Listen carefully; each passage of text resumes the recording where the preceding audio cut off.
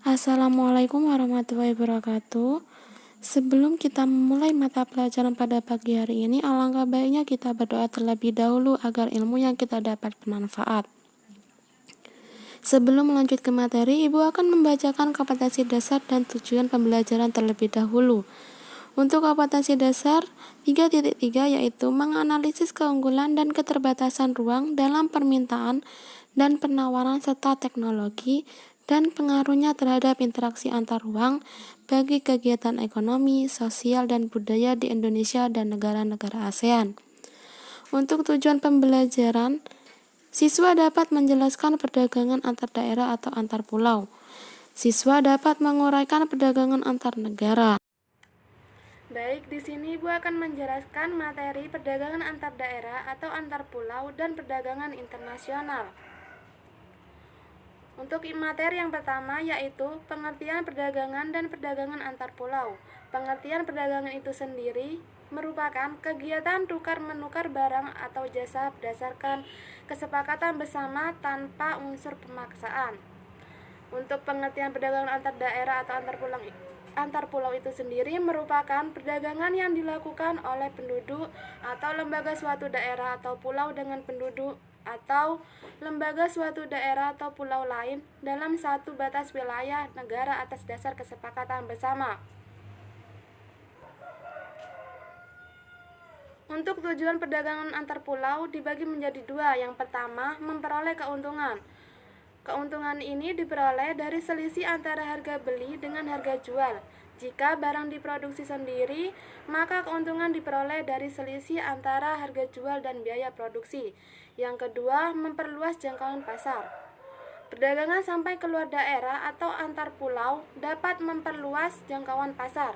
Jangkauan pasar yang dimaksud adalah jumlah konsumen yang mengkonsumsi barang tersebut semakin banyak dan tersebar di berbagai daerah. Untuk faktor pendorong dan manfaat perdagangan antar pulau atau antar daerah dibagi menjadi dua. Yang pertama, faktor pendorong perdagangan antar pulau atau daerah ini dibagi menjadi dua lagi. Yang pertama, perbedaan faktor produksi yang dimiliki.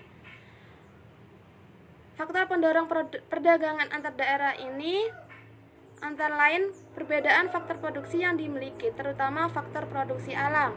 Yang kedua, perbedaan tingkat harga antar daerah. Selain perbedaan kekayaan alam, perbedaan tingkat harga antar daerah juga mendorong terciptanya perdagangan antar daerah. Kemudian yang kedua, manfaat perdagangan antar pulau atau antar daerah. Yang pertama, menyediakan alternatif alat pemuas kebutuhan bagi konsumen. Perbedaan kandungan alam serta perbedaan produk antar daerah akan menyebabkan barang hasil produknya pun berbeda. Dengan adanya perdagangan antar daerah atau antar pulau, konsumen dapat menikmati produk yang tidak diproduksi di tempat tinggalnya. Kemudian yang kedua, meningkatkan produktivitas. Pemasaran produk yang makin meluas akan mendorong produsen meningkatkan produksi sehingga menyebabkan meningkatnya produktivitas. Yang ketiga, memperluas kesempatan kerja bagi masyarakat. Peningkatan jumlah barang yang diproduksi dalam jumlah besar akan menyebabkan produsen butuh tenaga kerja tambahan. Sehingga akan ada lowongan kerja tambahan. Selain itu, perdagangan lintas daerah juga akan memunculkan unit-unit usaha baru seperti jasa kirim, perluasan transportasi, dan sebagainya. Untuk materi yang selanjutnya yaitu perdagangan antar negara. Pada zaman sekarang, batas dan jarak bukan lagi menjadi penghalang bagi seseorang atau badan untuk melakukan perdagangan. Bahkan, antar negara pun dapat melakukan perdagangan dengan mudah. Untuk pengertian perdagangan antar negara atau internasional, yaitu aktivitas perdagangan yang dilakukan oleh masyarakat suatu negara dengan masyarakat negara lain atas dasar kesepakatan bersama. Kemudian ruang lingkup perdagangan antar negara atau internasional.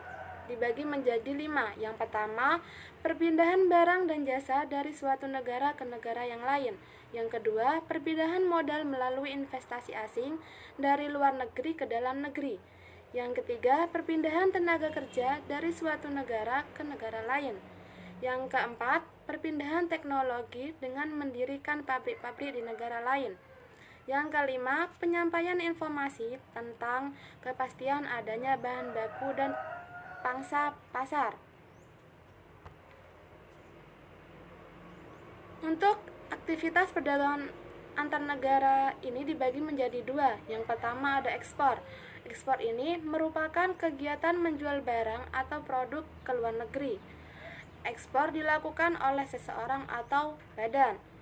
Pelaku ekspor ini disebut eksportir. Tujuan utama kegiatan ekspor adalah untuk memperoleh keuntungan. Yang kedua ada impor. Impor merupakan kegiatan membeli barang dari luar negeri. Seseorang atau badan yang melakukan impor disebut importir.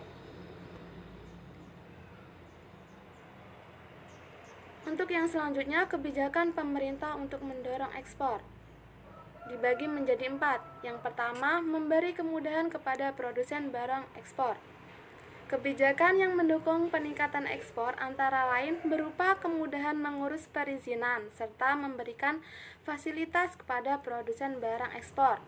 Fasilitas ini dapat berupa pemberian bantuan teknologi, pelatihan inovasi produksi, bantuan kredit dengan bunga rendah. Yang kedua, menjaga kestabilan nilai tukar rupiah. Kestabilan nilai tukar rupiah sangat penting bagi eksportir karena nilai tukar rupiah yang stabil terhadap mata uang asing akan mempermudah para eksportir untuk menghitung biaya produksi produk eksportirnya. Yang ketiga, membuat perjanjian dagang internasional. Perjanjian ini mencakup kesediaan masing-masing negara untuk menjadi pembeli atau penjual suatu barang sehingga masing-masing negara ini memperoleh keuntungan. Yang keempat, meningkatkan promosi. Pelaksanaan promosi dapat berupa kegiatan pameran dagang, festival olahraga, seni maupun kegiatan lainnya yang dapat berfungsi sebagai promosi. Promosi dagang tersebut dilakukan oleh individu, lembaga swasta maupun pemerintah. Untuk faktor pendorong ekspor dibagi menjadi 3. Yang pertama, keadaan pasar luar negeri. Yang kedua, keuletan eksportir untuk menangkap peluang pasar. Yang ketiga, kondisi sosial ekonomi politik suatu negara. Untuk manfaat perdagangan antar negara dibagi menjadi 4. Yang pertama, memperoleh keuntungan. Perdagangan antar negara ini menyebabkan produsen bersemangat memaksimalkan produktivitas mereka tanpa khawatir kelebihan produknya tidak akan terjual, sebab mereka akan menjualnya ke luar negeri. Yang kedua, memperoleh barang yang tidak dapat diproduksi di dalam negeri. Setiap negara memiliki sumber daya yang belum tentu dimiliki oleh negara lain, sehingga hasil produksi tiap negara pun berbeda pula. Setiap negara dapat bertukar hasil produksi untuk memperoleh barang yang tidak dapat diproduksi di negara mereka. Yang ketiga, menjalin persahabatan antar negara. Adanya perdagangan antar negara ini akan lebih memudahkan terjalinnya persahabatan. Hubungan yang baik di bidang ekonomi akan mempengaruhi hubungan di bidang yang lainnya seperti pendidikan dan lain sebagainya. Kemudian yang keempat, transfer teknologi. Untuk menggunakan barang-barang impor berteknologi tinggi dibutuhkan pengetahuan dan keterampilan tertentu. Maka pada umumnya importir memberikan pelatihan penggunaan teknologi tersebut. Untuk materi yang selanjutnya yaitu faktor-faktor yang mendorong perdagangan antar negara ini dibagi menjadi 7. Yang pertama, untuk memenuhi kebutuhan barang dan jasa dalam negeri. Yang kedua, keinginan memperoleh keuntungan dan meningkatkan pendapatan negara. Yang ketiga, adanya perbedaan kemampuan penguasaan ilmu, pengetahuan, dan teknologi dalam mengolah sumber daya ekonomi. Yang keempat, adanya kelebihan produk dalam negeri sehingga perlu pasar baru untuk menjual produk tersebut. Yang kelima, adanya perbedaan keadaan yang menyebabkan adanya perbedaan hasil produksi dan adanya keterbatasan produksi. Yang keenam, keinginan membuka kerjasama, hubungan politik, dan dukungan dari negara lain. Yang ketujuh, terjadinya era globalisasi sehingga tidak satu negara pun di dunia dapat hidup sendiri. Untuk materi selanjutnya yaitu perbedaan perdagangan antar pulau dengan perdagangan antar negara. Yang pertama, peluang perdagangan yang lebih luas. Pada perdagangan antar negara, suatu negara dapat menjual barang atau jasanya ke negara lain dan bisa membeli barang atau jasa dari negara lain. Dalam perdagangan antar pulau, kita hanya dapat melakukan perdagangan antar daerah atau antar pulau dalam lingkup satu negara.